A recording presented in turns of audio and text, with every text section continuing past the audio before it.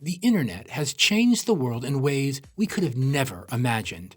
But what exactly is it? The internet is a global network made up of billions of computers. These computers are communicating with each other, allowing people to share information in a variety of ways. The internet operates through physical cables. Even wireless connections rely on these cables in order to access the global network. When you visit a website, your computer sends a request over the cables to a server. A server is where data, like websites, are stored, and it works a lot like your computer. Once the request arrives, the server retrieves the website and sends the correct data or information back to your computer or device.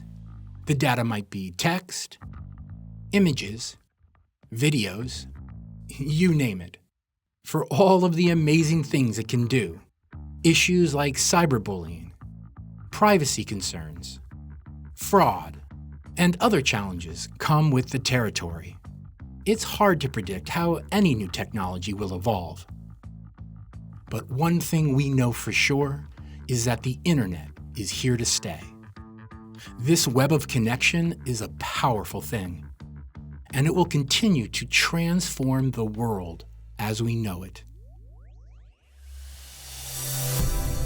GCF Global, creating opportunities for a better life.